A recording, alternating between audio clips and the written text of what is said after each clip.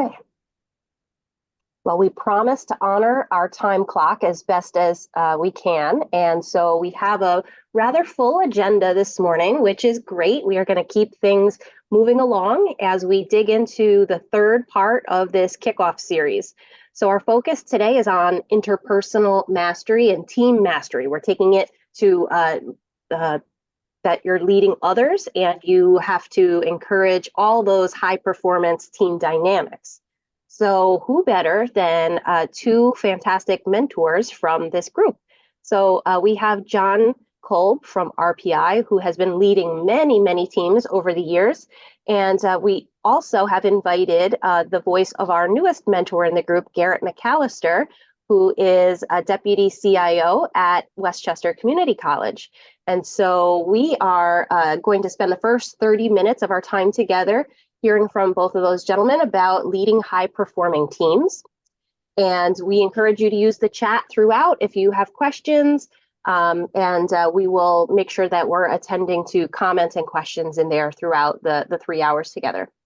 After John and Garrett, we will put you into your breakout groups with your small mentor circles, and you'll have an open discussion about hybrid workplace best practices. So share what you've seen, what's working well, what challenges are you having, and use that time to lean on each other to learn a little bit more, because this is the world we're in, and we have to manage teams either fully at a distance or some combination of in-person. And here with our amazing, not only is she in top 50 sales. Okay. We will take a break at 10:30. So we'll give you a nice full 15 minutes to refresh and get ready for the second half of our program. And we will have a former chief diversity officer from FIT. He's now in a diversity and equity role at Niederlander Theater, which is the largest Broadway theater company, family-owned business. And so he's got a very interesting background, and he will help us have a conversation about what can managers do to create those diverse, equitable, and inclusive spaces with our teams. He will have you challenged by some case studies, and so you'll have a chance to work with your group through some realistic scenarios and come up with some solutions and discuss what those challenges and solutions are with the large group. So that's how we will wrap things up, is bringing you all back together for a large group discussion about the case scenarios from about 12:15 to 12:30. But again, Christy and I are here the whole time, and you have access to your mentors. And so if there's something that you need, please speak up. We want you to advocate for yourself, either through this live session or in between our sessions. So again, this is the third part of the kickoff series, and our next growth session will happen on February 29th. So enjoy the learning today, and I will pass things over. I will spotlight our speakers. We have John and Garrett, and I will give them both co-hosts so they can share whatever they'd like to share.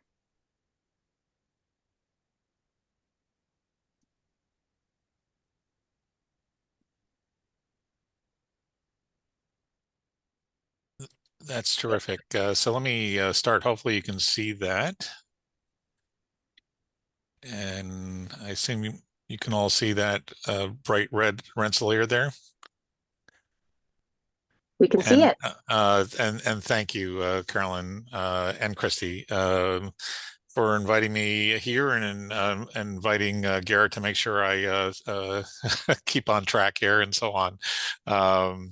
And it's great to see all of you this morning, and I would encourage all of you, and particularly the mentors, to chime in if there are comments you have as we're going through this. We'll rip through some slides. I'll make those obviously available to Carolyn and such. There's some embedded links in here if you actually get a chance to run the PowerPoint yourself, that you might enjoy some of the videos and so on that I've put in here. So I'll jump right in. And I'm the CIO at Rensselaer. And when I first became the CIO about 20-something odd years ago, the first thing people told me is CIO stands for career is over. So fortunately, I've defied the odds so far, and we'll see how that goes forward. And all of you are certainly on your way there too. So couple quotes that I like to use up front. One is from my former boss, Shirley Ann Jackson, talks about global challenges, intersecting vulnerabilities, and cascading consequences. There's very few IT problems that don't have cascading consequences into the business units, into somebody's life as a student or something else. And understanding those cascading consequences is really important to the work that we do. And the other one that I like is the only thing that is constant is change. I was always convinced when I first heard that quote that it was a Steve Jobs quote or a Bill Gates quote or somebody like that. And it actually goes back to 500 BC and was one of the Greek philosophers. And certainly in our business, if you don't like change, you probably ought to get out of this business because it's always changing. So I'll throw a number of things at you and not go through great detail on this, but first and foremost, the CIO is a strategist at the center of the circle here. You need to be visionary. You need to be trusted as an advisor to your management, whether it's the president, the board, others. And you need to be an ambassador going out to various constituencies. And then as you get more out at that outer circle, talks about coach, team builder, master communicator, and so on. I actually had an employee once accused me of thinking that all the problems could be solved by better communications. And I said, well, you're heading in the right direction. Let's say that. So learning how to be very good at communicating your thoughts and listening to others, I think is really important part. And just some pictures here of me talking to students, talking to board chairs and presidents and others. It's really important to be able to cross those. The other piece here, and Garrett may want to weigh in here too, but I think the first part of leadership, and if you're going to have a good team, you have to be a good leader, is understanding emotional intelligence. This overall course that the SAIL program has put together is really good at trying to get at that very point. And first part is self-awareness. I'm always surprised when people put together leadership courses and don't talk about understanding themselves first. That's the incredibly first point of being a leader. But then if you want to be a leader who has strong teams, you have to start working your way to the right on this this chart. It's not understanding self-management. I took an organizational behavior course once, and they talked about when everybody gets loud and expressive, that's when we really have to pay attention to them and so on. And my team knows that when I get very quiet, they need to pay attention because I'm really thinking my way through something and so on. So understanding the people around you and how they're going about doing things, being aware, and then using that as per the previous slide to manage your relationships. I don't know, Garrett, did you want to say anything about that? Yeah, I was going to say, I just put two links into the chat, one from Mind Tools and one from Truity.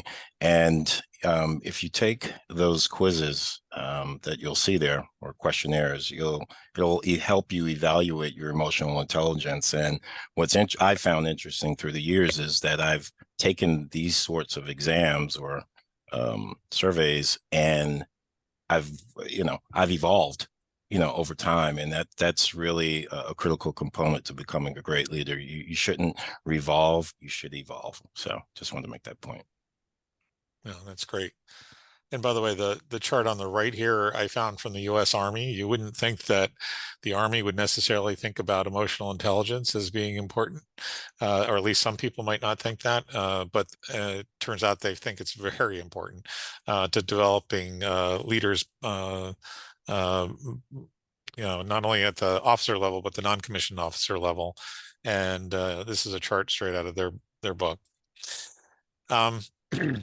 Some books to read. I think Daniel Coleman's book is probably the book on emotional intelligence, but there's a zillion books out there on emotional intelligence, and I would encourage you to soak them up a little bit in terms of what it is, why it's important, and how it can certainly help you develop as a leader. But looking around you at the characteristics of emotionally intelligent people, I think is really really important to do. Look at the leaders that you find appealing to you and understand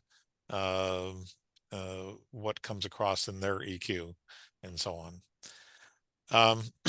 I think once again, back to understanding yourself, like what Garrett just said about taking those quizzes. I think most of us have taken something like a Myers-Briggs assessment indicator through our careers or something similar. I found it initially, I was like, I'm not sure. And then I was like, wow, this is really, really useful to understand. And then I've gone back and forth because some people get a little too carried away about where you fit on the chart, as opposed to seeing it as one indicator of what you who you are and what you bring to the table. I think it is interesting to look at and for once again, let me back up a second. For those of you who have not taken this, there are 4 areas. Are you outwardly or inwardly focused, extroverted or introverted? How do you prefer to take in information? Do you sense it or do it with intuition? How do you prefer to make decisions? Is it a thinking piece or a feeling piece? And how do you prefer to live your outer life? Are you judging or perceiving? And there's a lot more detail there that I'm not going to go through, but the, sorry, let me turn that off.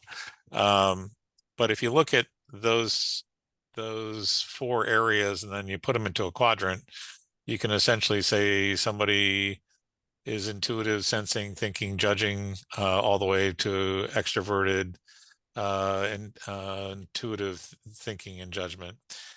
So you can see how they fill out the 4x4 matrix. And once again, it's interesting to look at as a first order way of thinking about yourself and others. One of the things I found very interesting is the Wall Street Journal had an article a number of years ago about the personality traits of various folks, and CEOs typically fell into this area down on the lower right here, ENTJ. And does that make sense to everybody who's on the phone? Does that sound like your CEO or your president? All right, Carolyn, you said that we needed to wake people up this morning, so we'll work on it. Well, I was laughing at Lindsay's comment in the chat because she's very close to that. She's an ENTP. So I think there's a big difference between the J and the P. And we've also got Lisa on the call who's certified in Myers-Briggs. So if you want to add a little comment there, Lisa, we would love it. Go right ahead. I could really go on for hours, so I won't. But the challenge is really, just as John spoke to, is when you think about who a leader is. And by the way, don't get caught up in those types in terms of, well, I can't be a leader because I'm not that type. We speak to that a lot. And the other thing I would tell you about type is it's a theory, although it's a very validated theory and very reliable data that supports its theory. But only you can decide. But as John said, it's important to really think about how you take in data, how you make a decision on that data, how you react to the world around you. All that plays into this. And I have found in most of the programs that I've done, and I've done over 100 of them, almost always somebody comes out and says, yes, that's me in that quadrant to some extent. Thank you, Lisa. And that was much more eloquent than the way I described Myers-Briggs. So it's interesting, once again, if you go back to trying to understand people around you, and I found this interesting in this article, is where do other C-suite execs land? Where do the CFOs, COOs land of the world? Anybody want to take a crack at that?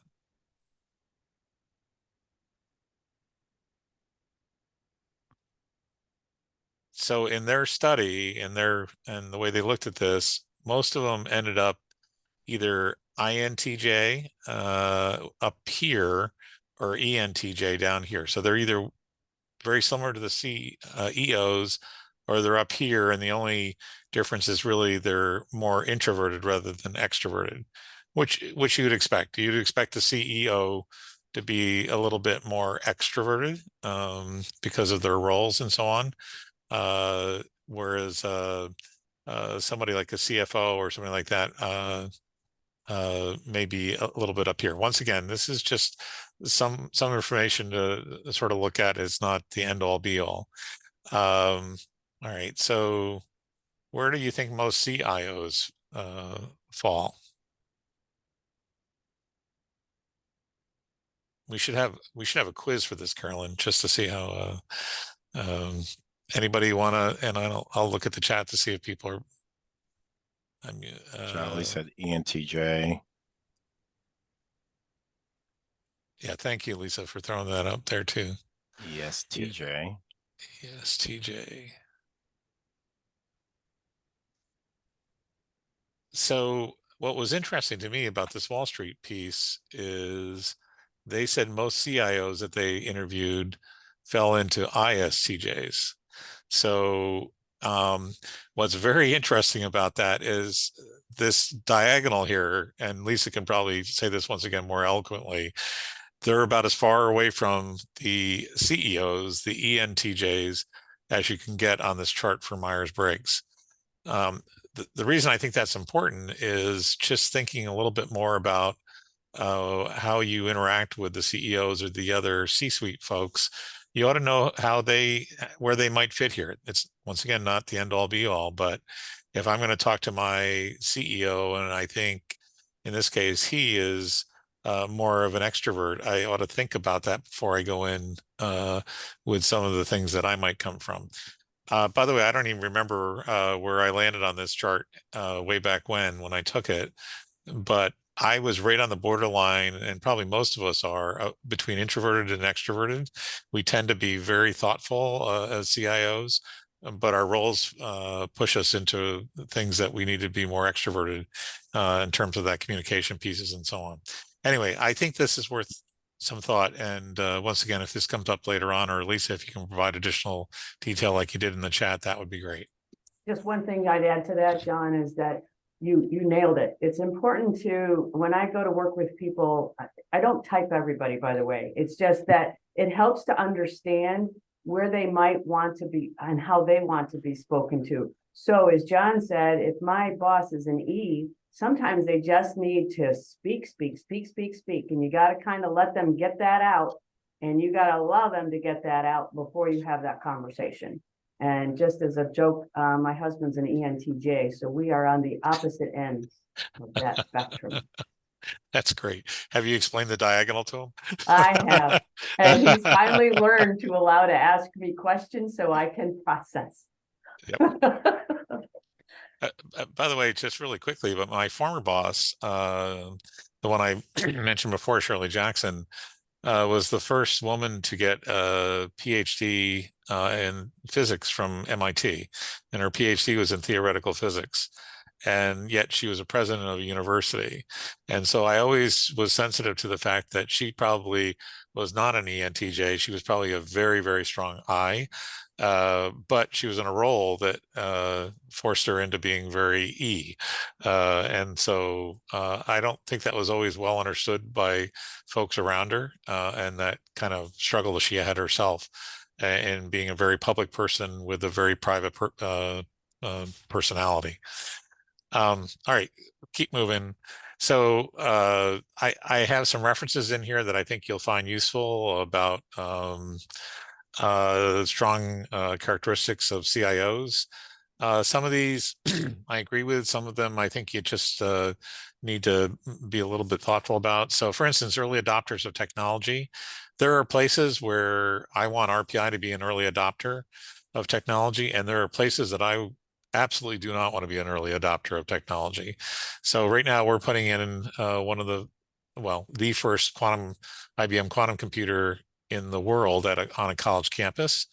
So that's an early adopter of technology, trying to figure that out. That's a lot of fun trying to figure that out. And it's a place where RPI ought to be on the bleeding edge of something. But the ERP that we're running, I really don't want the ERP to be an early adopter of technology. I want our ERP to just be a strong transactional system, keep the ship afloat and keep moving. And I would not recommend to my management that we go spend, you know, 10, $20 million on a new ERP tomorrow. I don't think it's worth doing that. So you have to take these with a little bit of a grain of salt of how you look at things. I'll come back to mentors later, but I think finding mentors, or sometimes mentors find you, is really important. If you're going to be a strong leader, you know, finding somebody that is looking out for your best interests but has a different perspective on you is something that I think this program can help with, but you can find in your own areas. I think this is all pretty straightforward too. I think having the confidence to step up, take risks, and so on. I mentioned the quantum computer. I didn't know an awful lot about quantum computing a year ago, and I've pretty much immersed myself in that pretty strongly over the last year, and trying to make sure I'm making the right decisions as we're going forward with that. This was, I thought, very interesting, the survey on the left. These are two different surveys, but the one on the left, I thought was very interesting, that the qualities needed to lead people, creativity came to the top of that list. And this is IBM surveying CEOs of business, and creativity came to the top of that list.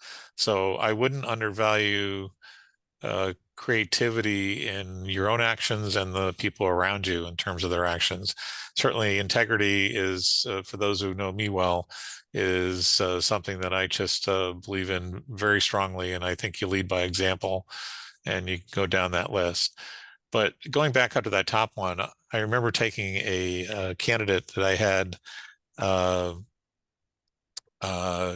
for a vice president position, and to see our former president. And, you know, then we finished the interviews and so on. And later I went back and asked her what she thought. And she said, well, I'm not sure he's going to work out here because he's not curious. And I thought that was an interesting value that she placed on somebody, that particularly in higher ed, you want people that are curious and are going to value other people around them that are curious. So it was an interesting lesson for me. But Garrett, you want to weigh in on any of these lists and so on? I would probably, if you can go back to one slide, and then I'll make two comments. One, about the making tough decisions. They don't always feel good, but your employees, just remember, or team members that you're working with, and peers, will respect you a lot more when you're very clear on why you're making that decision, and you kind of put it out there and not conceal it. So people like to have understanding. So I wanted to make that point. And then on the next slide, page 11. Yeah, Kara, let me make a comment on your comment. Sure. One of the definitions I heard a long time ago about strong leadership is, if you're a good leader, you only get to take on problems with bad choices.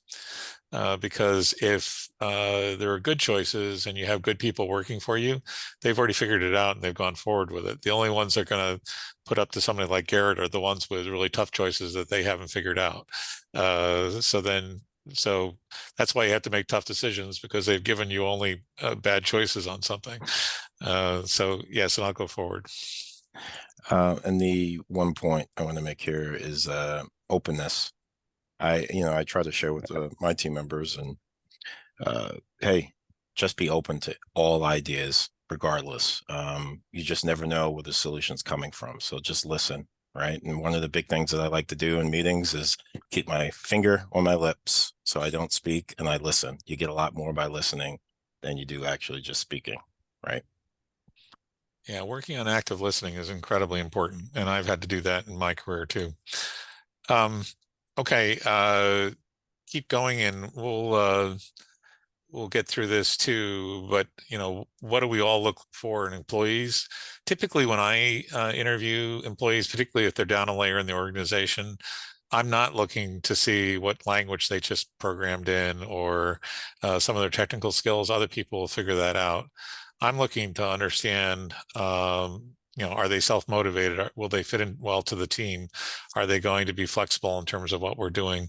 Are they going to do what Garrett just said? They're going to be open and respectful around a table. Those are incredibly important to me. There's a couple on this slide. There's a couple of things that you can click for the movie clips on both of these are football, and I apologize to folks on the football pieces, but they're interesting clips about leadership. But I had a colleague once in HR that talked about forming, storming, norming, and reforming. That we form teams, we storm for a while, and maybe it isn't with my finger on my lip as we storm, and then we norm a little bit to understanding each other's characteristics and body language and so on. And then you want to get your team to a level of performing. High performance teams are the ones that have gotten through these other stages and know how to work well with each other. I'm not going to go through a lot of this just from a perspective of time, but I think there are things here that are really, really important about high performance teams are not afraid to essentially communicate to their peers, pick up the phone, go across the hall, do whatever. And if you're working at a distance, well, then you use the tools that you have. I thought the thing here, the one that was very interesting was number 3. Sometimes people don't understand how important it is to invest time to bond over non-work topics. How to do you know what's going on in a family situation, or what other things people are thinking about? And I think spending time doing that gives you a lot of understanding of where somebody is at a certain point in their career, and how you can ask them to invest their time working at work and understanding that. So I'll get past that too. And I mentioned high performance teams, so I will go through this. So I wanted to get to this one because I think we're all dealing with the long tail of COVID-19. It's impacted our students that are input to our systems right now. And we have students that have missed out on a year or two of high school and are struggling. And understanding those students is really an important part of what we all do. There's a lot of pressure on higher ed right now because of the cost of higher ed and the constraints that we have and there and so on. And you can see the other pieces, but how do we make our way through the things that are around us and understanding those things? Most of you probably look at the top 10 EDUCAUSE pieces, but the word that comes out here when you tease everything up is resilience. How are we going to be resilient in the things that we're doing for ourselves and our organizations? And then hybrid work. We're all trying to think and rethink hybrid work, and how is it going to work for us? How is it going to work for the individual? How is it going to work for the organization? And this is a reasonable article on that. And then the role of the CIO in the future, certainly an entrepreneur and connector, looking for talent and understanding business. So with that, with 2 minutes to spare, let me stop the share and see if anybody has any questions or thoughts. Feel free to unmute yourself or raise your Zoom hand, whatever you're comfortable doing.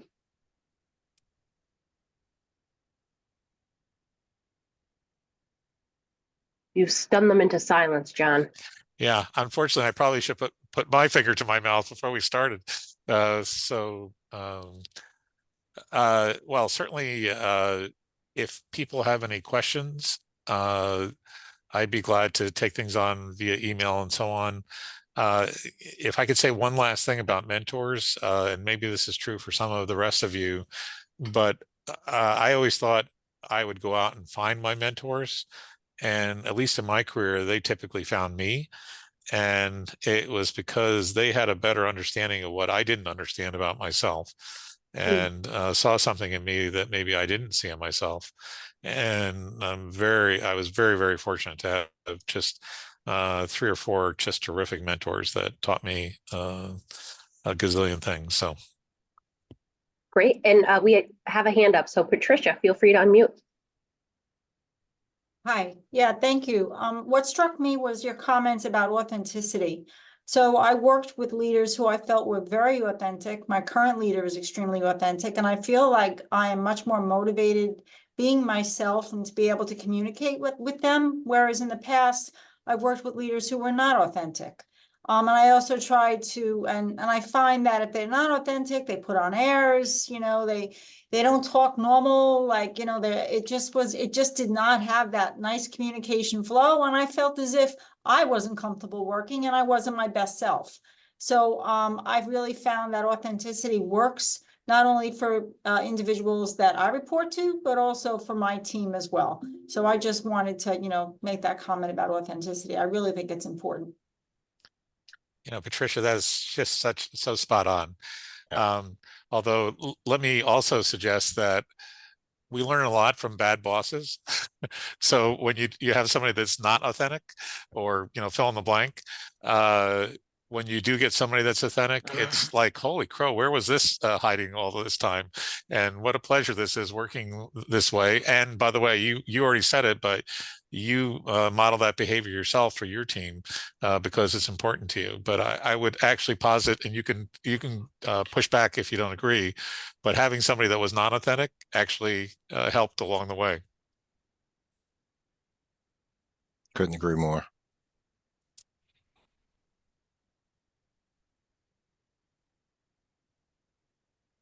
So I just want to let the group know before we go into our breakouts. Well, thank you for the fantastic presentation, John and Garrett. Excellent questions, and thank you, Lisa, for filling in some additional information about Myers-Briggs. That was fantastic. There was a question in the chat early on about the EchoSpan emails. They are scheduled to go into your inbox today at noon. So you haven't missed anything. If some of you are sitting there like, oh my gosh, something's wrong. Nothing's wrong. It will come today at noon, and you can find that in your inbox. Any questions, other concerns we should talk about before we open the rooms for 30 minutes? Don't be shy. Okay. All right. Thank you again to John and Garrett. That was fantastic. And it was a nice segue. We had a quick glimpse of a slide on hybrid workplace concerns, challenges. So we want you to continue that open dialogue. What's working well? What challenges are you still dealing with? How do you see this looking in the future? So anything you'd like to discuss with your group. Christy, do we have the rooms ready to go? The rooms are ready. However, we have somebody that's connected that is listed as iPhone. And I don't know if that's somebody that's listening via voice through their iPhone, but on the computer through video. I just need to know who that is. That's me. Sorry, I didn't change my name. Matt Therakin. Hi. Okay, great, Matt. I will get you in the correct room then. Great. So when we come back to the large group, we'll take a 15-minute intermission. So you're used to this now. And so we just want to make sure you have a chance to refresh. Enjoy your conversations.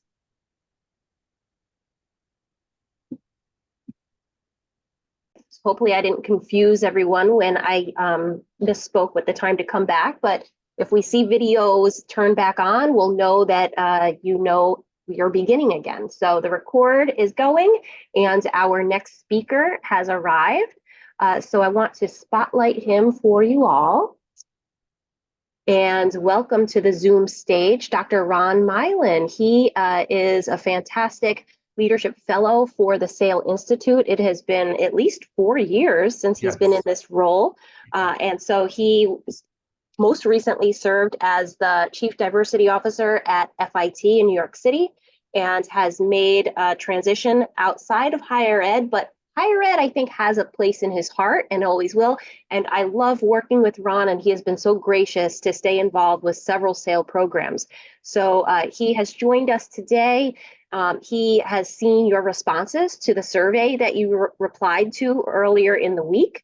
And so he's going to lead us through a foundational presentation on diversity, equity, and inclusion, but then you're going to have a chance to really practice working through some specific scenarios that maybe realistic things that you encounter in the workplace. So thank you, Ron, again, for putting this together for us. And the floor is yours, my friend.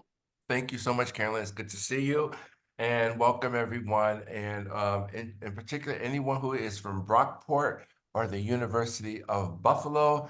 I went to school there. I went to undergraduate at Brockport and I went for my master's at the University of Buffalo.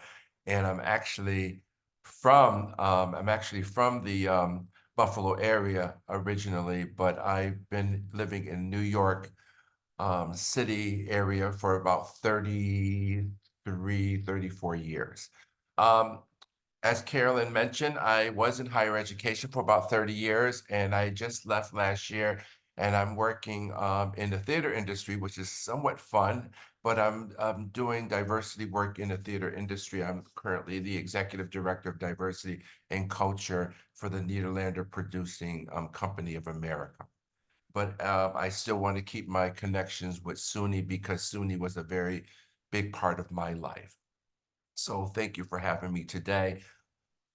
And today's presentation is what can managers do to create diverse, equitable, and inclusive teams? One of the things that in my specialty, my work is how to create inclusive environments.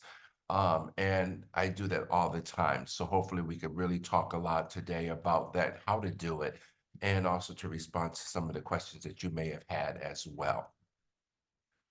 So basically what we're going to do today is to understand the basic definition of diversity inclusion teams, to understand how to create more diverse and equitable inclusion teams. What are some of the challenges and benefits of creating such teams? What can we do?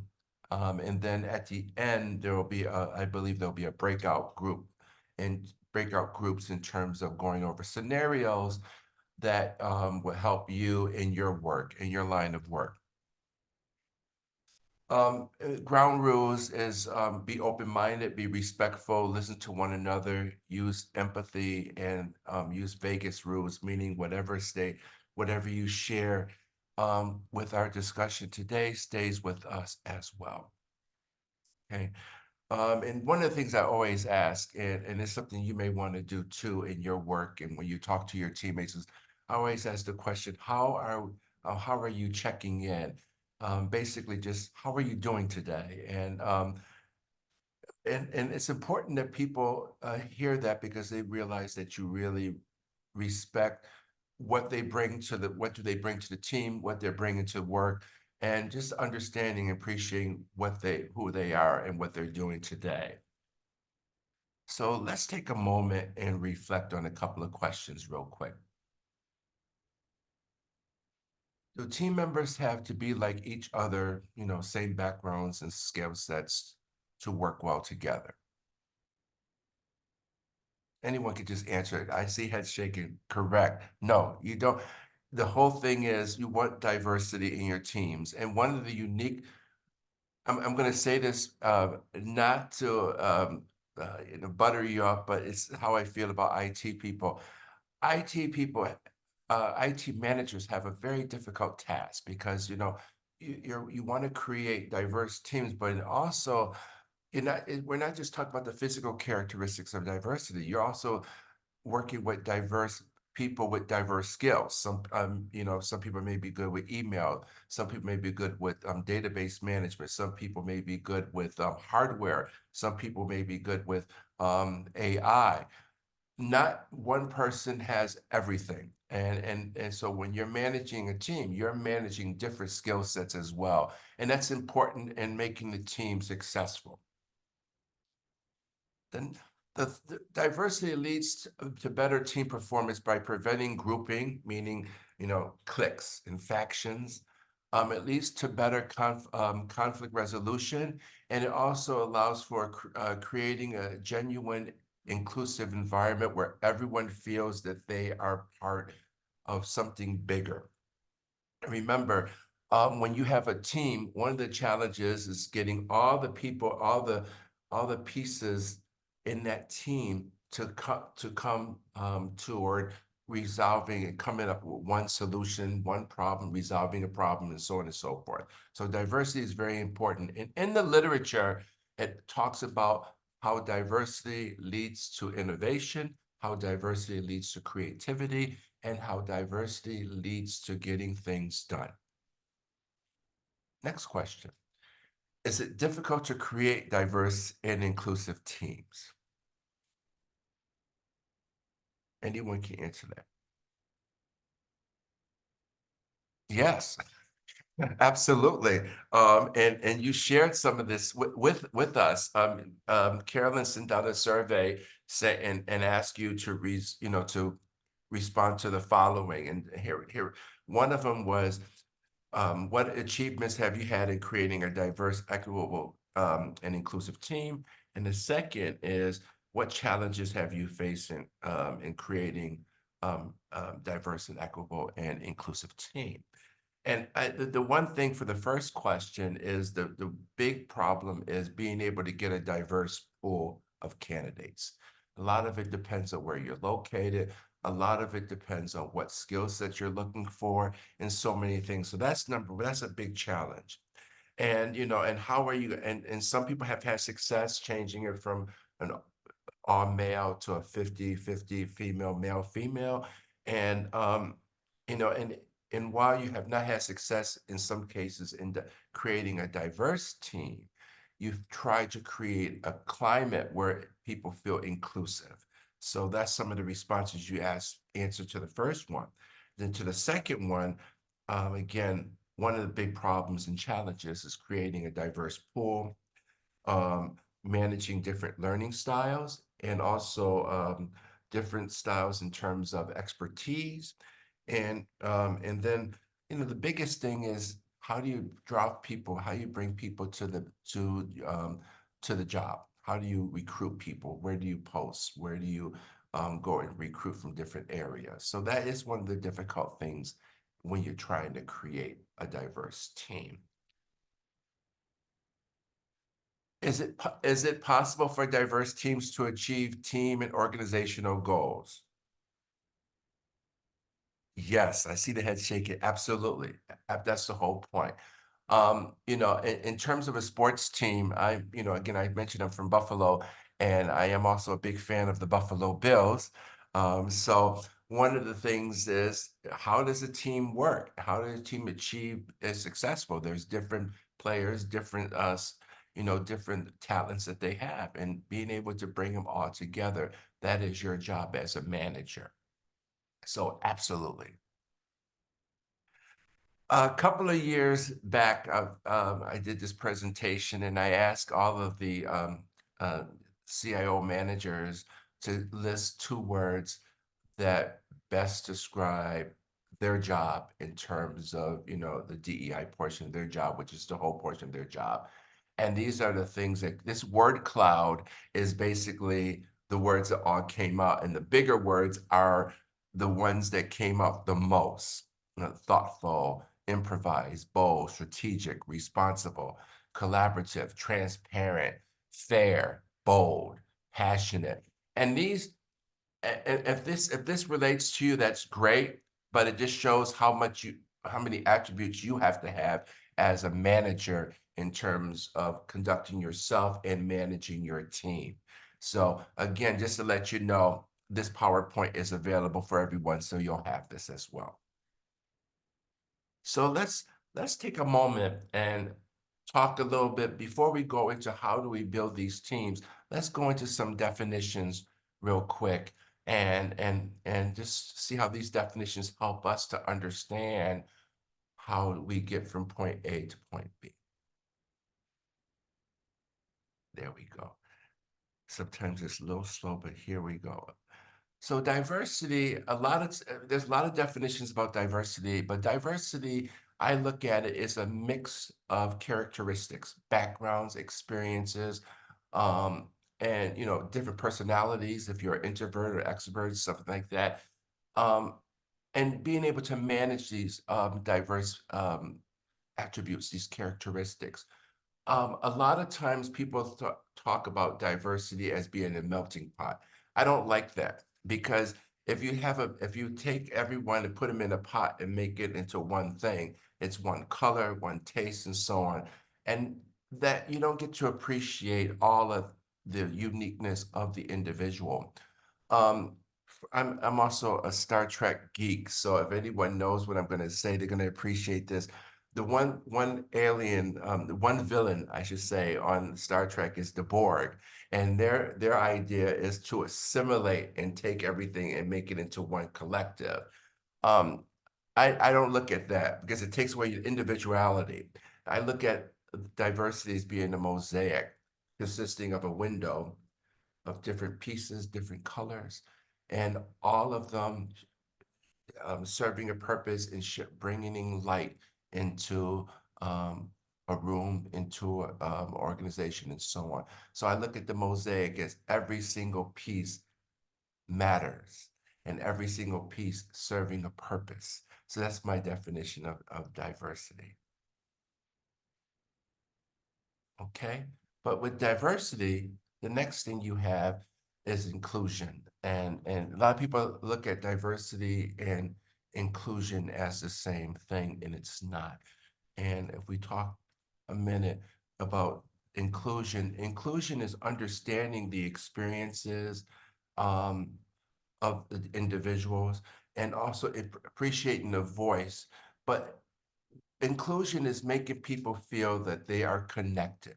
And in teamwork, it's so important for people to feel connected because if they feel connected, they're going to work hard to achieve the goals of the team. And when you're feeling connected, you feel welcome, you feel respected, you feel valued, and there's a sense of belonging. So inclusion is taking all these pieces of that diversity and appreciating them and making them part of a larger organization where they're valued. And it's a very powerful thing. And if you think about it, as a manager, it is a very unique trait to be able to do that. Okay. And it's something that you continue to develop as you grow as a manager. And when we talk about inclusive, one of the things that we talk about in the diversity field is when you talk about inclusion, you're talking about doing things that were once excluded, all the things that created barriers, all the things that created exclusivity. Now, what we're trying to do is change that to make people feel welcome, make people feel that they are valued. So let's put together diversity and inclusion together into this formula. One, okay, there we go. Create diversity plus inclusion equals creativity, new ideas, new processes, innovation, challenges to old ways, evolution, it welcomes change as a positive approach toward things. It helps us also to refocus and emphasize on what inspires rather than what disrupts. Oops, let's go back. One more. And then Vernay Myers, who is one of the leading diversity experts in the country, always looks at diversity as being invited to the party and inclusion is being asked to dance. I always like that quote, right? So if we look at this right now, if we look at how this, diversity is the presence of differences, various differences, economic background, gender background, sexual orientation background, etc. Equality is giving fair access, opportunity, and support. And we'll talk a little bit more about that. And inclusion is just really setting, creating a genuine sense of belonging. Because if you feel like you belong, you're going to produce and you're going to come to work and you're going to feel happy. And we say the same thing about students. If our students feel connected, if they feel that they belong, they're going to stay, they're going to persist and stay in school. So that's the same with employees as well. And now, if you think about it, given the world that we're in right now, it's hard to keep people and we have to work harder because there's so many forces out there influencing people and influencing people's ideas of work. Let's talk a little bit about equity and equality, because those things are different, and it does matter when we're talking about creation of teams. Equity and equality are two important concepts in creating an inclusive campus. They are different, and equity is giving everyone the resources to be successful, and we'll talk a little bit about that. Equality is treating everyone the same. Equality aims to promote fairness, but it can only work when everyone's starting at the same playing field. Let's talk a little bit about that. If you look at this graph, and I love this graphic, let's talk about the one in reality, okay? So in reality, one gets more than is needed while the others gets less than is needed. Thus, there's a huge disparity created. Equality is basically giving everyone the same resource. If you look at the boxes, they're all the same level. So the tall guy can look over the fence. He has a bigger disadvantage. He has a bigger advantage. Then the middle guy with the red shirt, he can look over the fence barely. And then the little guy at the end with the purple shirt can't see a darn thing but the fence. So, but if we treat everyone the same, that's what you have. So equity is everyone gets the support they need, which promotes opportunity in terms of being able to see the wall. For example, the gentleman in the blue shirt really doesn't need a box. He can see over the fence anyway. The boy in the red shirt, he did one box. Now he can see over the fence, no problem. And the boy in the purple shirt, he's very happy now because he's got the resource so he can look over the shirt, over the fence. And then justice, that's another topic we could talk about later. Justice is just removing the barrier altogether. Remove the darn fence so you don't need the boxes. So it's just something for us to think about. I wanted to put that in there. So let's take a moment now and talk about how to create more diverse and equitable and inclusive teams. And we look at what is a team. A team, is basic. As a team is a group of players on one side playing a sport. We know that. Come together to achieve a common goal. The team up, this could be used as a verb to team up. And it's just a process of working collaboratively. A group of people working collaboratively to achieve a certain goal. And whenever you're creating a team because obviously you need something. Here, when I came to the Nederlander organization, I had to create a DEI team of different people from different departments throughout the campus. And I've done that before in higher ed. But it's a challenge because you have to bring everyone together. They have to, number one, want to come together. Number two, bring them together and making sure that they focus on the goal at hand. So a team is just bringing all these players. What are the weaknesses? What are the strengths, and so on, and analyzing that. And of course, because of that, you have to, in order for a team to be successful, you have to have a leader. And that effective team performance begins with a leader who has a mindset that is able to take these differences and different components and really put everything together and say, okay, how can I do this? How can I use person A, B, C, D to achieve this goal? And that's a task. That's a powerful task because sometimes you don't have the choice of, if this person doesn't work out, we'll just get someone else. Sometimes you don't have that. So sometimes you have to make, I don't want to say, but I'm going to say it anyway. Sometimes if you have lemons, you have to make lemonade the best way you can. But that's the task of how do you nurture people to do things? What attributes do you have as a leader to get things out of people that they normally would not do? that leads me to the next one here, attributes for the group. There are three conditions that are really important for a group to be successful. And the first thing is trust among members. Again, I always ask how are you checking in? Because a lot of times people, when we come to work, we're bringing a lot of stuff, a lot of baggage with us, and we can't all of a sudden just turn it off. That's part, that baggage part is how we manage it and how we help our team members manage it. It's very interesting. I never told Carolyn this, but I'm gonna say this. My office now is right next to the IT department.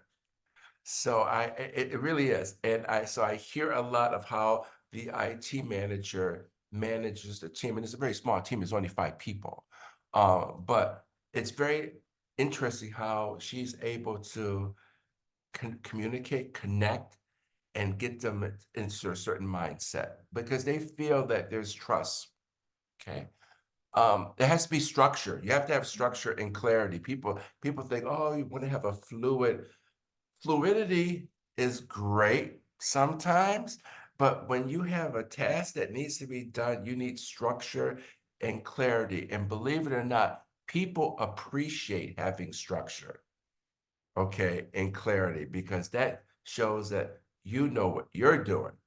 If you have no structure or clarity and it's all fluid all over the place, they're gonna look at it, what am I gonna do?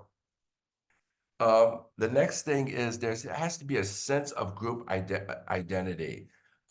If you feel connected, it's like community. If you feel connected, you're gonna produce. If you feel connected, you're gonna come to work. If you feel connected, you're gonna feel like, wow, I want this to happen. I want us to be successful. And then finally, a sense of group impact is making a difference.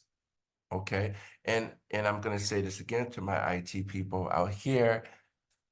You make a major difference.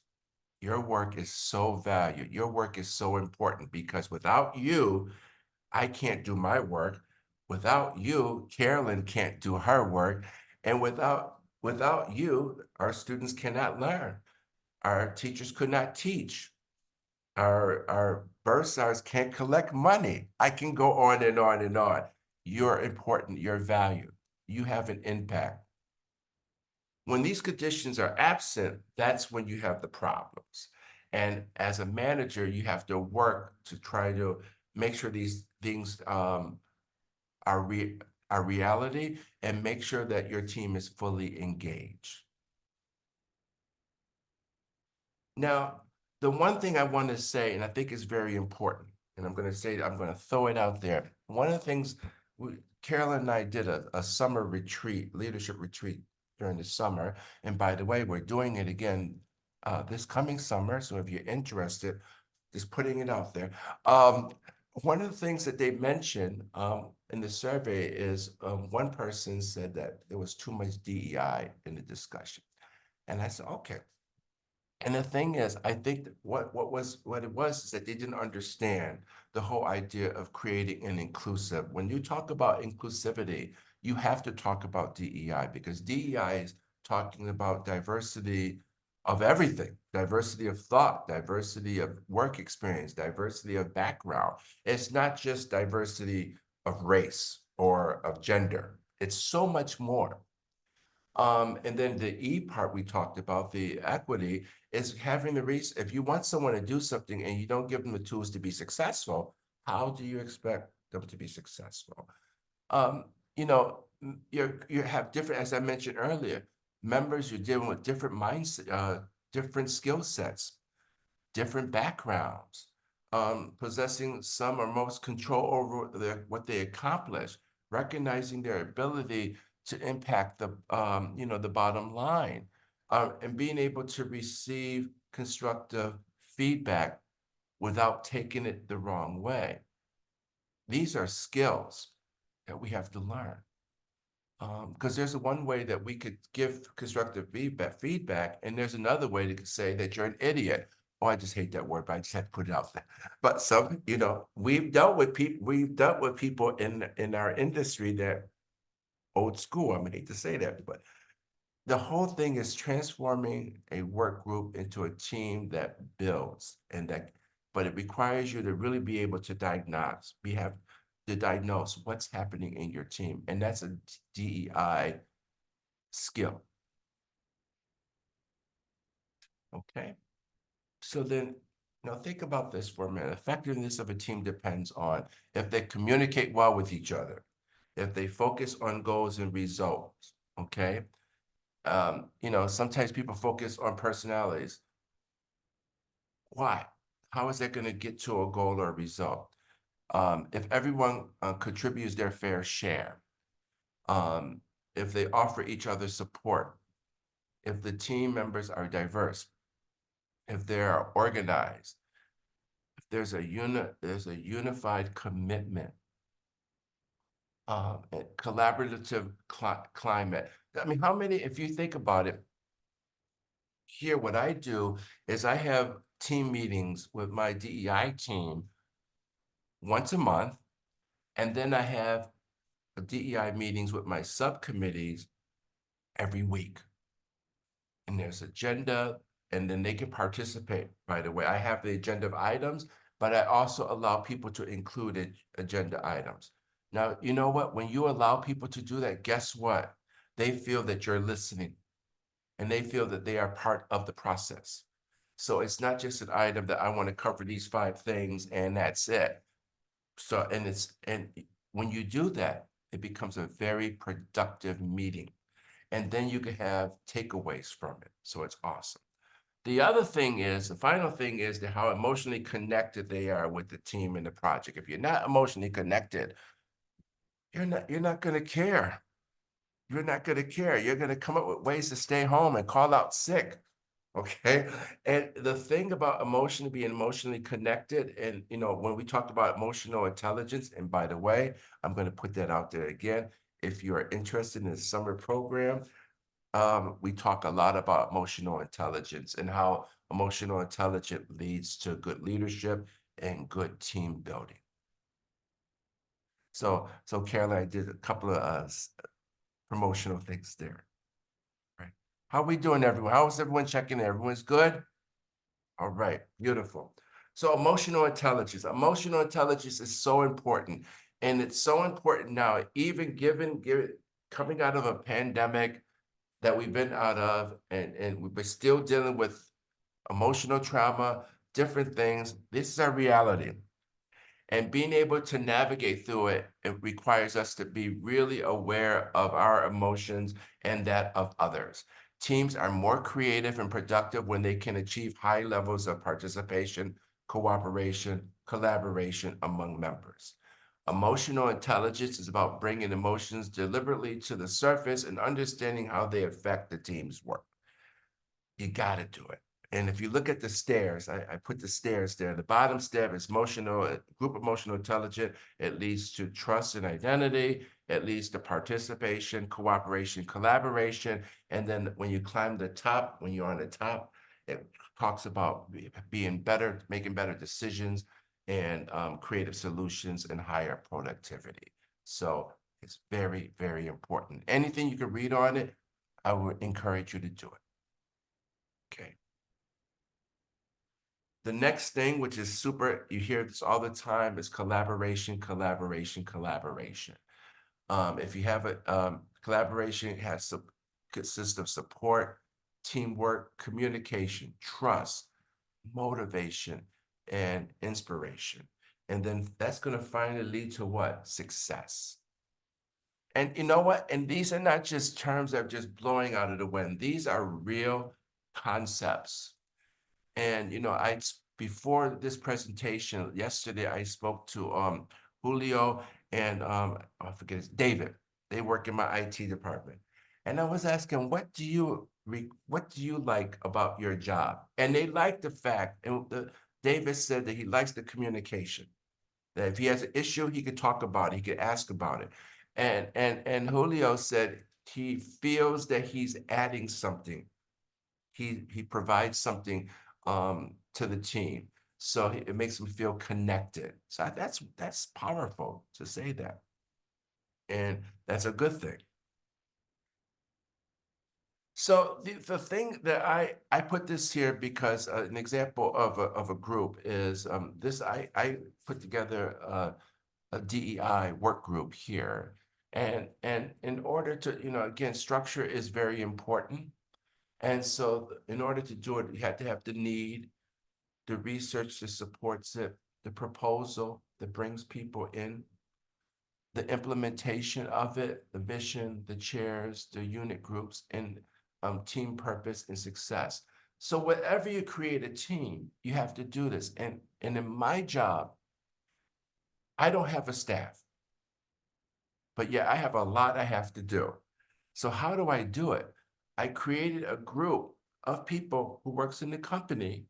They have their own other jobs, but they're committed to achieving these goals. So, you know, so basically, if you can get people who are already working full time to do this extra work, imagine what you can do if you have people whose job it is to work in IT teams. You could do wonders. And it's all about that connection and that connected and feeling that they're connected to the job. So the thing is, you know, we talked about kind of, you know, justification and some of the things, but what are some of the challenges and benefits in creating diverse teams? And we, as managers, you have to be aware of those things as well. You can't get away from that. And some of the challenges are, you know, communication, resistance to change. And, you know, some people say, I don't like working on teams. I like doing individual. I like working as an individual. Well, sometimes that's not going to help. Some people have trust issues. Some people have personality conflicts. I don't like the way this person looks. That's the reality, right? Excessive staff members. Okay, that's another reality. Some cases. Lack of communication. Reduce engagement. Oh, I don't really care. I'm going to retire in 2 years. Oh, I don't really care. I'm looking for another job. Or there's another one is skill overlap. You know, you have too many pitchers instead of not enough good batters, for example, or you have so many people that are good in terms of programming and not enough in networking. And that, again, that goes with being able to, you know, trying to design the team based on the best skill set to help you out. But the reality is, if you are, and I'm not knocking anyone from Northern New York State, because New York State is a beautiful state. I live in New Jersey, but I work in New York and I love New York. But you know, if you're in a small county where you don't have a lot of people in it, it's hard to get a workforce in there. It's tough. Don't get me wrong. And then you don't have the budget a lot of times to recruit outside of that. Those are challenges. Those are realities that we have. But we have to put our thinking caps on. How can we do it? You know, what can we do? And we could talk about that as well in the scenarios. Benefits of having a great team is improved productivity, greater workplace satisfaction.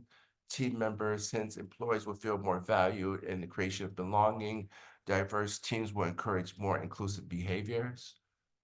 Each team member brings different strengths, increase opportunities for the creation of innovative solutions, variety of viewpoints, and higher, and the Harvard Business Review talks about this all the time, the higher production rates. So the next thing is, you know, what can we do? What can we do to create DEI teams? The one thing is create a team identity. You know, is there something that identifies, like, for example, if you have a team, an IT team in SUNY Sullivan, and you have an IT team in SUNY Erie, for example, what are some of the attributes that make them look different from each other? You know, what do they have a team identity, just like a sports team? You know, talked about the Super Bowl coming up this weekend. What is a team identity? Provide a structured agreed upon by all members. Remember, I said structure is so important. And the other thing is, believe it or not, people respond well with structure. Build on the strengths of each members and how it helps achieve team goals, and take into account individuals with diverse characteristics.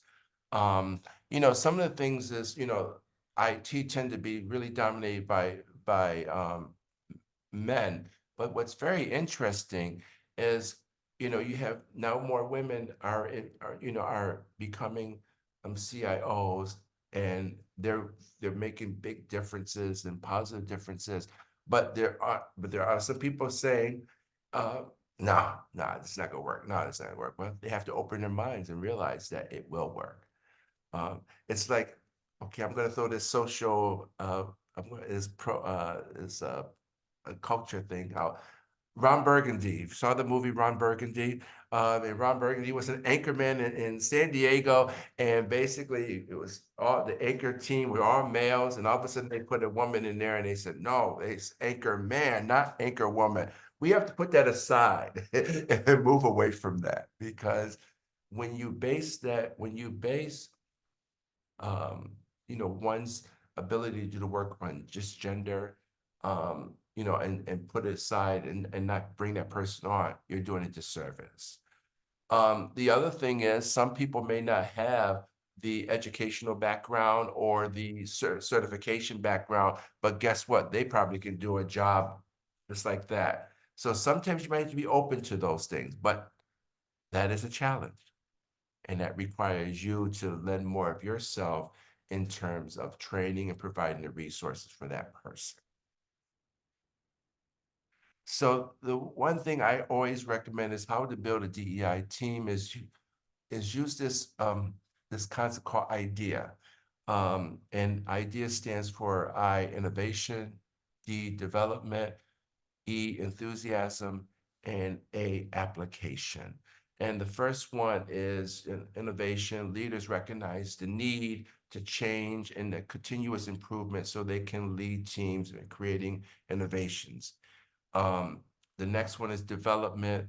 Leaders encourage and provide resources and to their fellow development and also their own.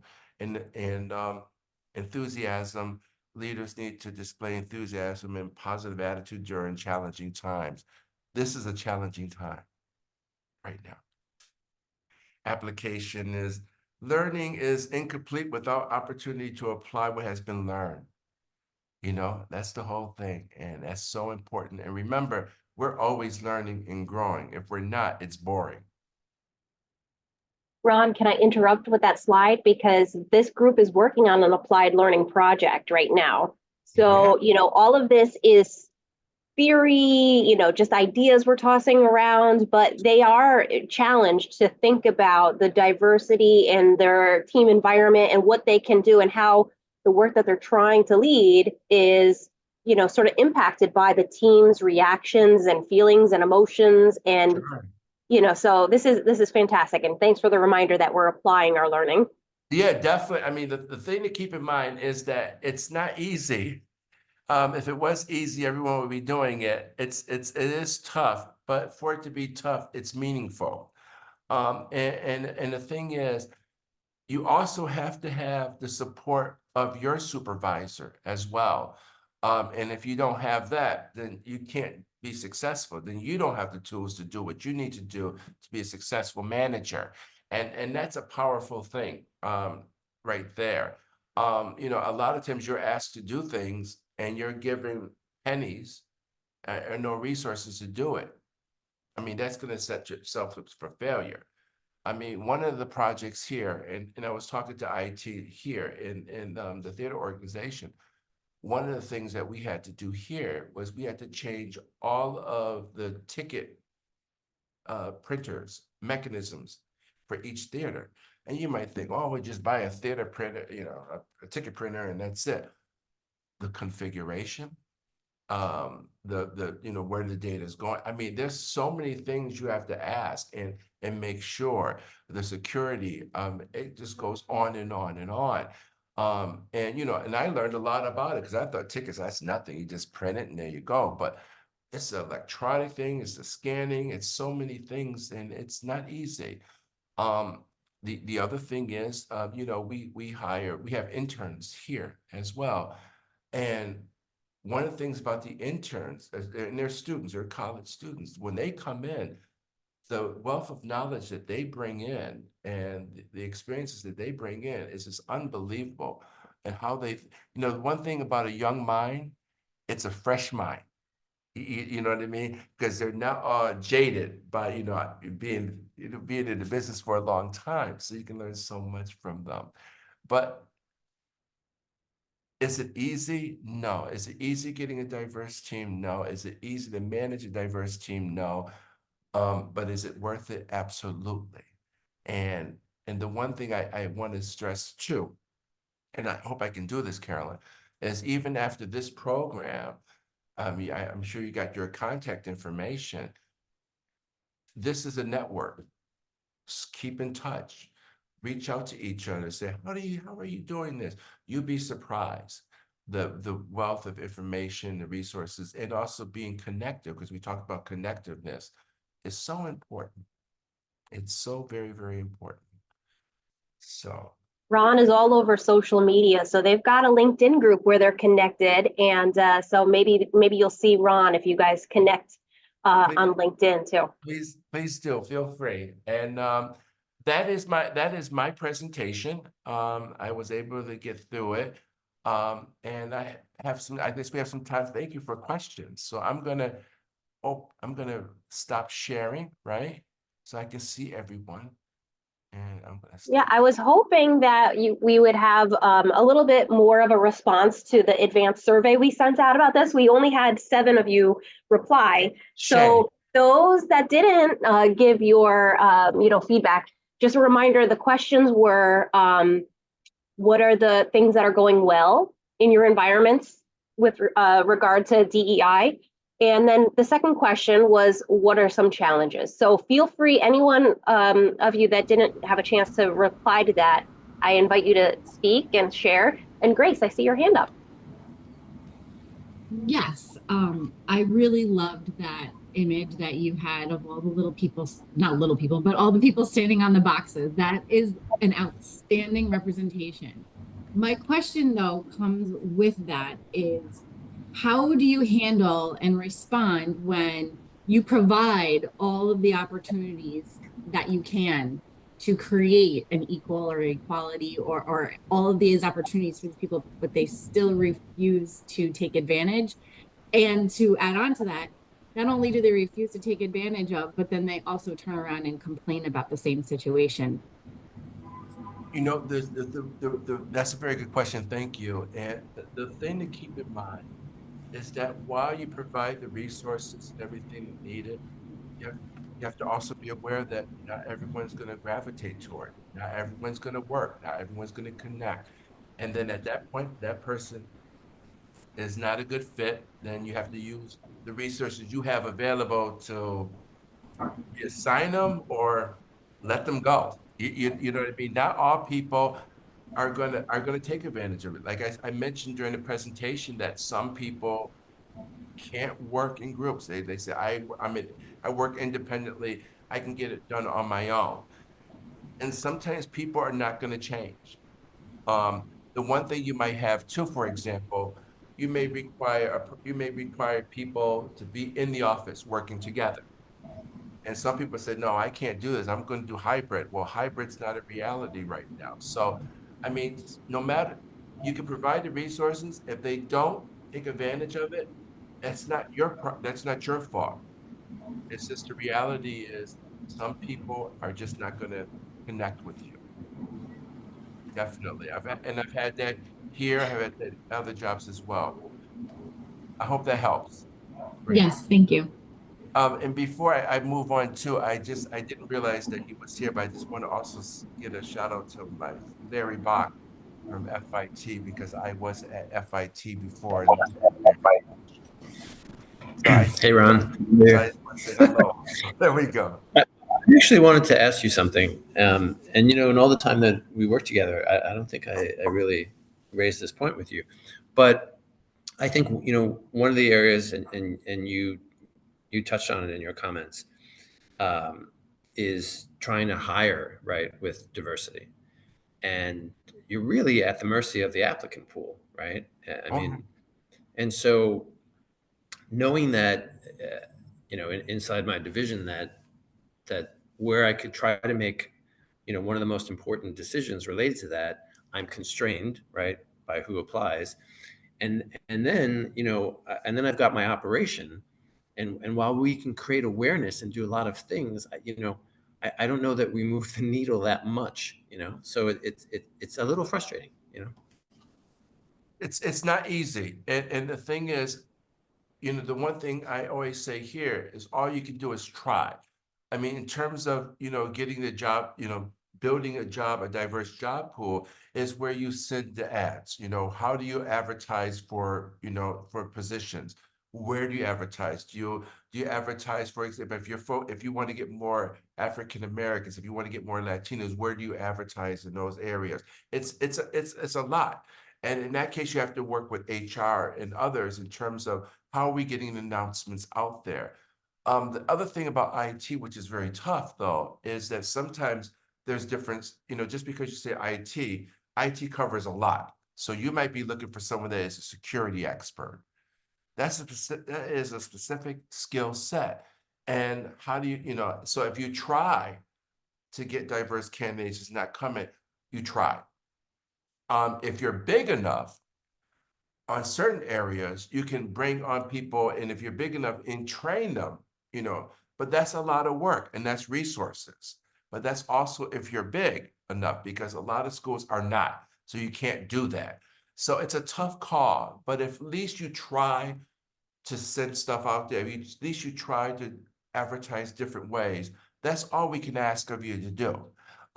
If you're giving it to people, for example, I know you'll fit right into our community, blah, blah, blah. And, and it's done that way, then that's not doing due diligence to DEI. But if you're trying to get the, different schools, different community organizations, then you're trying. And that's all you can do, Larry. Hope I answered that for you. Good. Anyone else? I'm really curious what's going well. That first question we ask. Yeah, what are some of the achievements you have had in creating a diverse, equitable, and inclusive team?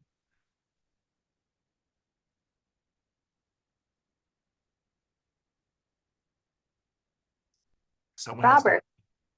Yeah, so I teach an internship class, which is basically students can take that from various fields across the university, and it's basically hands-on training on network equipment, programming, all those kinds of things. And initially, we found that we had a lot of male applicants, right? And I was always under the assumption that our student pool is skewed, and therefore we get much more male applicants. Turns out that's not the case. We actually did the research. The university does a very good job of recruiting from various backgrounds. So we actually started to advertise in outlets that we didn't think of before, like Girls Who Code, all across the campus in different places. We also went to other schools like Stern Business School so that we can actually recruit a lot of different skills. And there are a lot of these VIP teams across the campus. And I think we're the only one that has so much diversity from different colleges that we include and say, well, we need somebody that looks at marketing. We need somebody that looks at recruitment. And a CS major is not going to do that, or they're not going to be very good at it, or they're not going to be interested in it, right? So it was actually great to see that we were able to build a very diverse team with various backgrounds. And initially, I started this, we had like 2 students, then 5 students. Now I have 120 applicants every semester, and I can take like maybe 40, and that's already structuring, and everybody has to teach somebody else. But people talk, and it gets around, and they talk to each other and say, hey, I know you might be interested in this, apply to this, so maybe that's one example where it did work quite well, I feel. Awesome. Good. Thanks for sharing that. Lindsay. So I'm in the same boat. Like I have a very small team of professionals that work with me, but I have a lot of influence over student employees. And the person that I took the position over from had a very mono culture that they had in the student employee realm. Seemed to always pick from the same pool, and that drove me crazy. And the first thing I did was I went to everything that I could that was student facing, having the students come in and pulling from a really rich background. And I didn't care if they had technical ability. I was looking for personal, like customer service skills, because I always can teach the technical side of stuff, but I can't really teach customer service as easily. Mm-hmm. And I love a party, so I keep the place fun and energetic and try to keep the boring tasks of, technical support to a little more spice and flavor, to the point where I now have a waiting list of people from every background trying to get into my little tiny help desk where I can hire about 6 to 7 kids a semester. Very cool. Thank you. One of the things that I always say that I tell this to Carolyn all the time, and she'll laugh. I said, it's like if you go to church, when I go to church, the Monsignor always yells at everyone for not being there. And I say he's yelling at the wrong people, because the ones that are, he should be yelling at the people that are not there. You see, the thing is, I'm speaking to the choir here. You folks get it. It's just that, but that's the challenges that you're really dealing with. But the one thing I was thinking about too, if I could say this, I don't want to take away the time from that, but the one thing I was thinking about is, given that we have a lot of tasks that could be done at home, for example, I guess maybe the programming piece, hardware piece, obviously you have to, beat it, but let's say the programming piece. Is there any way you could hire someone from, and this is a thought, I don't want to cause any drama, hire someone who lives somewhere else to create a task, like that. Let's say if you're in upstate, you're in SUNY Adirondack is hiring someone that's out of New York City. Just throwing it out there. But anyway, let me see. Christy, you had your hand up. Yeah, I just wanted to get your take. It seems like we're seeing kind of some backsteps in diversity efforts across the country, pulling away from these DEI programs, and, very unfortunate in my eyes. And I just wanted to kind of get your take, if you think that it's just going to be this continuous evolution of back and forth, back and forth. Let's say this. This could be a whole discussion in itself.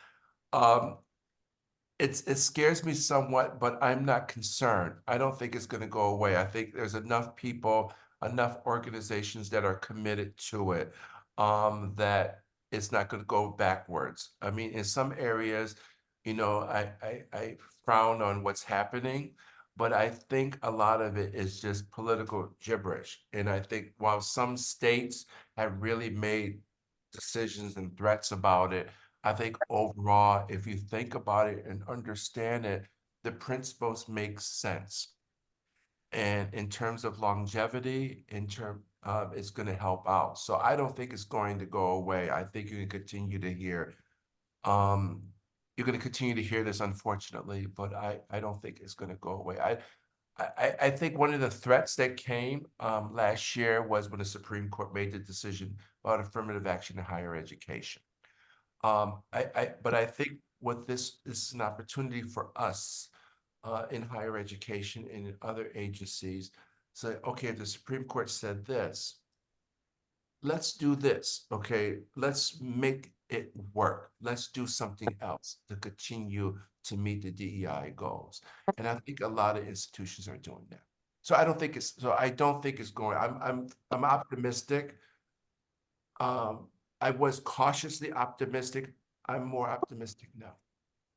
Thank you. Thank you. Yeah, I think that higher ed is going to continue to lead the way, lead the path in this, and is not going to let it get forgotten. Certainly our students are not going to let it be I think forgotten. I agree. And I think it's the students that are going to really lead the way. Yeah. Thank you. That's a good question. Wow. Carolyn, you And have an the other, awesome group here. yeah, we do have an awesome group. I mean, we have record attendance for this program this year, 24 people, a really interesting mix of both SUNY and people at other institutions. We have a CUNY. Okay. So, you know, talking about diverse group, we've got some diversity here amongst us, which is awesome. And hopefully they have opportunities to really dig into some of these challenges. Leaders really are going to be in a tough place to even speak about these issues, you know, in a way that they're comfortable. I mean, Christy asked a question which is completely legitimate, but I know there's so much swirling in our heads about this, and you know, you've got to be careful with how you respond to some even just questions like that. So Absolutely. Absolutely. But you know, again, I think I think New York State, New York City is definitely committed to creating an inclusive environment. I'm optimistic, like very optimistic that it will continue. It's gonna be a tough couple of years. all right, Ron, what is one thing, since I think the question and answer phase is sort of winding down, they're going to go into the case studies next. What is one thing that you can challenge us to all do to just do this a little bit better? You said you're speaking to the choir. We're a group that's committed to diversity. Like, what's something that we can do to try to encourage our teams, you know, in the next few weeks? I think two things. I think the first thing is create a structure that everyone can buy into. That's so important. People like that. And I said that a couple of times. People like structure because structure helps determine and keep purpose. That's number one. And in terms of your individual development and growth, read everything you see, because that's how you grow in terms of understanding how to be a better manager, how to be a better leader. Read because it requires you to have a mindset that absorbs new ideas and carry them out. You probably can't see this. This is a book I'm reading right now. It's called, I know you can't see this because it's blurred, but called The Equity Mindset. I love it because it talks about how to take different things that we do take for granted and twist them around. So read, expose yourself to good stuff. There's lots of podcasts. Ron and I are always sharing resources and things that inspire us. So we would welcome you into our group if there's something you want to share in there, Ron. I know you always have things you're sharing in the digital environment. Yeah, I'm on LinkedIn, so if you're interested, I got stuff I post on there every day. But take care of yourself, because if you take care of yourself, you'll be good to others. If you don't take care of yourself, you're no good. And it matters. It matters. Take care of yourself. And the other thing is structure. Have structure. Good. Thank you so much, Ron. Will you stick with us for I actually have to go. Just real quick, I'm going to LA next week because we have theaters in LA, and we are opening the Wiz in LA. So I'm going to be there. Yeah. So I have to go to the other theater and talk to them about it. So I actually have to go to another theater here. I love the job, but I have to say I do miss being in higher ed. You haven't left us completely. So All thank right. you for remaining with us and inspiring us and giving us so much to consider. So enjoy your glamorous life in LA, and we will see you again soon. Definitely. Take care, everyone, and good luck with yourselves. And Carolyn, we'll talk again real soon. Take care, everyone. All right. I'm looking to my partner, Christy, here. Are our breakouts still set up so we can?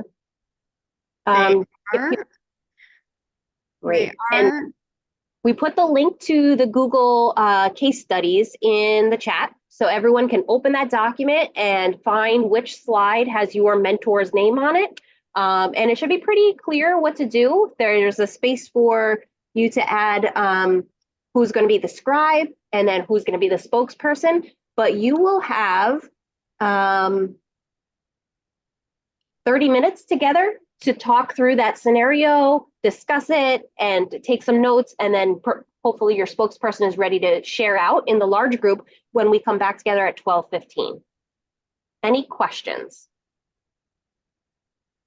And do know that because we had such a large cohort, some of you are working on the same case study. So when we come back to kind of do the debrief, we'll have to have one group go, then the next group, but try to be succinct in what you bring back to us. Yeah, I actually did it that way so that if we narrow it down to one of the groups that focus on the same case study, in case time got away from us. So we're prepared either way. Fantastic. All right. Go into the rooms, folks.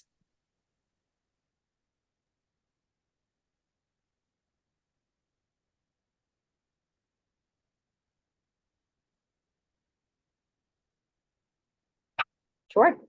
All right, so I know we have limited time with the case studies. So what I'm going to do is, so we have a chance to hear each of the 3 scenarios. I'm just going to pick either Simeon or Denise's group because you both worked on case study number 1. So let's see here. I am going to just randomly pick Simeon's group. And it looks like you had William as the spokesperson. Yep, yes, that's me. Morning, everybody, or afternoon now. Wow.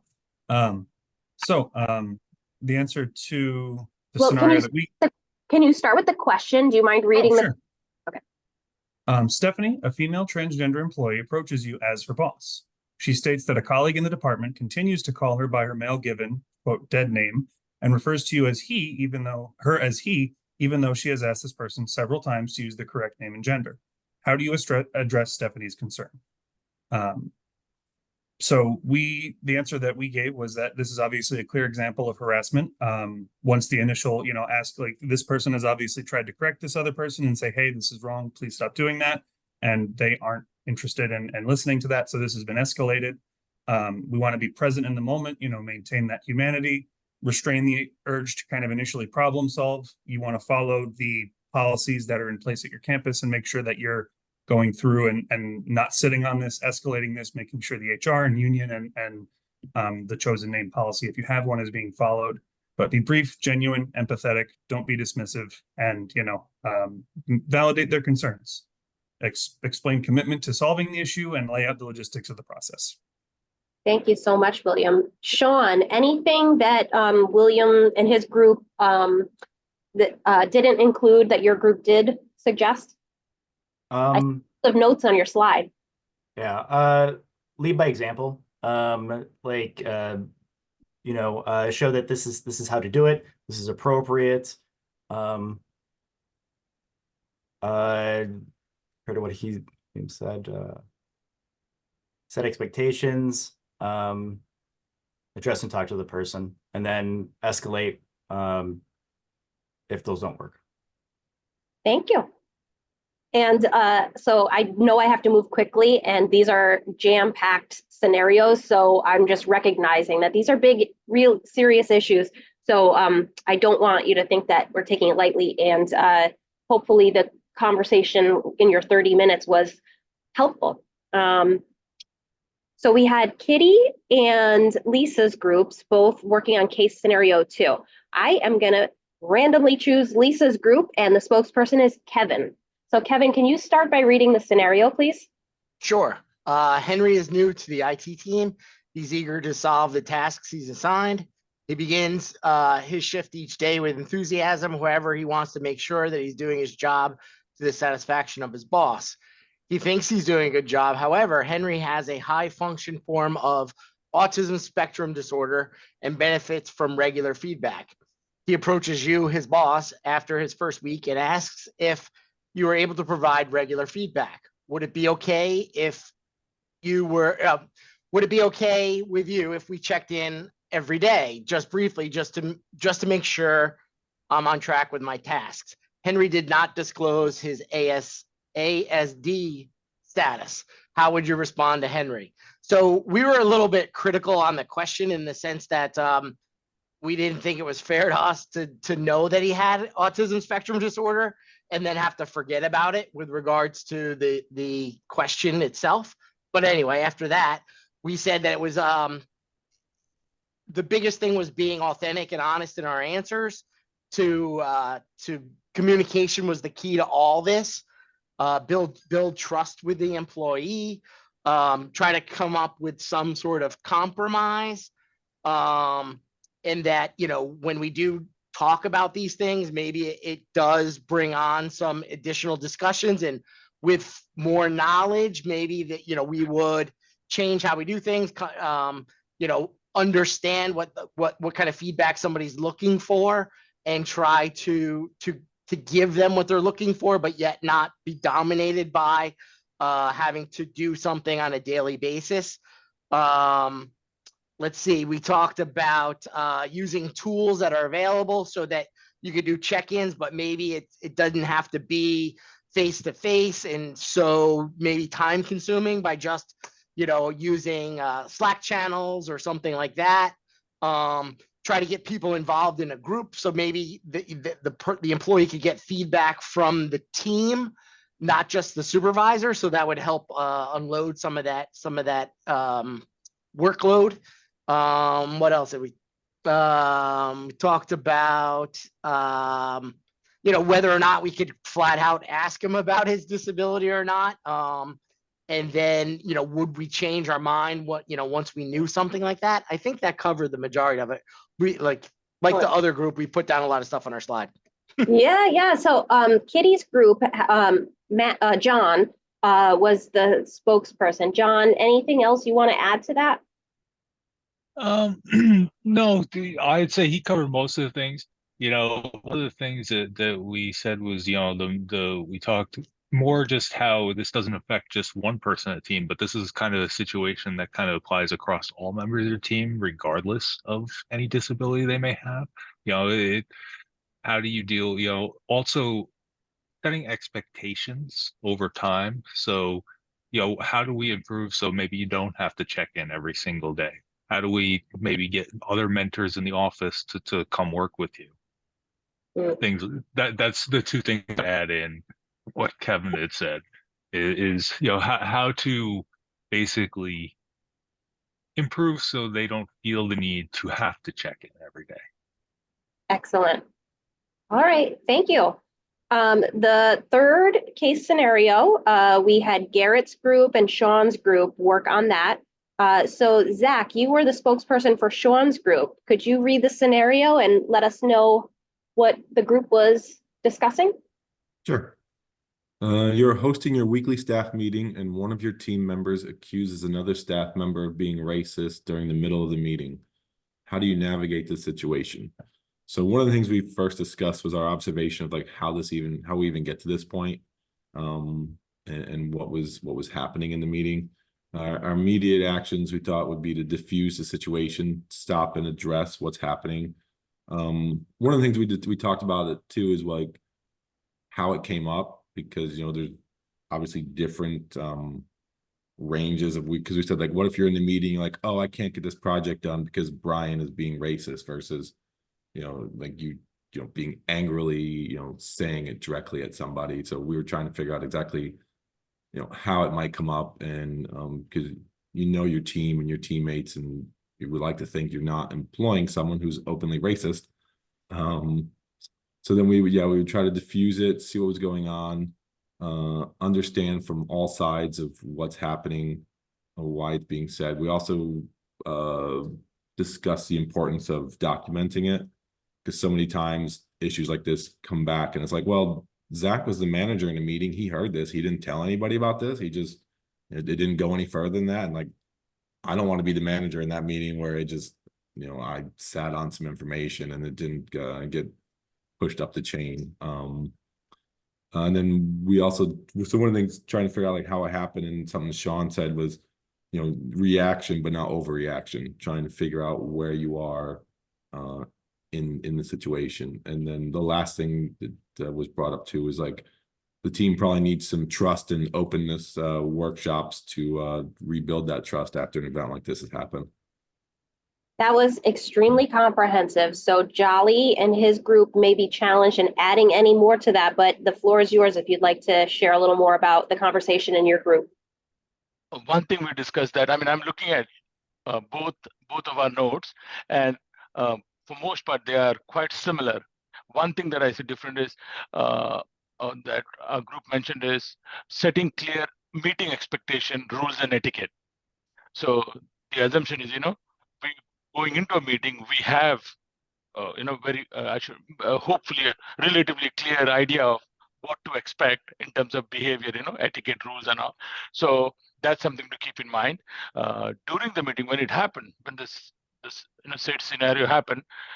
Try to stop the meeting, try to stop the escalation, at the same time honoring the feelings of people involved, not to take it lightly or not to dissuade the person. And other than that, for most part, we said similar things. Reflection as a supervisor, that is something I think important, because it's upon, as a leader, it's upon you to take corrective actions, or manage the team. And these are sensitive issues and situations, and discussing situations like this openly, team bonding, working on interpersonal development, and these are all valuable inputs that we shared that would help in mitigating situations like this, and going forward, trying to resolve a similar situation. Thank you so much. And that's why it's so important, setting the ground rules. I'm glad you brought that point up and your group discussed that, Jolly. So we do that in the beginning of this experience, because Christy and I do learning and development all the time. And it could be very easy for us to take it for granted, like, well, these are the rules of engagement. But this is not, sort of an environment that you're in all the time in the same way. So we want you to have the opportunity to weigh into how do we behave together. And that is something that we hope that, at some point in your career, you can use as you start a team, or, need to just reinforce these things. Maybe an issue has come up and now it's time to just be clear about what those rules are. So great point. I feel like there was something else I was going to say about this, but it'll come back to me. I'm having a senior moment, and I know we're at the end. And so we will be sending you a link to a feedback survey. So that will come very soon. And it will be asking you to think back to last week, the first two sessions, as well as today. So this is the full kickoff. And we want to know what you thought, what worked well, and your top takeaways, really. So that's a way for us to just keep our finger on the pulse of the group and make sure we're meeting your needs. You know how to stay connected to us, LinkedIn and email, and you can expect that EchoSpan email soon. February 29th, we will be back together for our first growth session. So you'll get a follow-up for our kickoff series, and we'll make sure that you're feeling prepared for the session on the 29th. We're going to sort of wrap things up, but I will stick around if there are any questions. I know you may have to hop off, and just want to wish you well, and hope you enter into Friday and you're still thinking about some of these issues, and they're useful to you in your work. Thank you. Thanks everybody for being vulnerable and sharing, and we think this is going to be a really fantastic cohort this year. Bye-bye.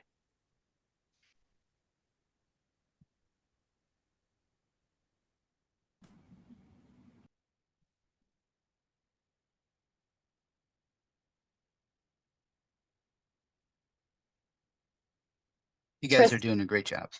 And we're still recording, but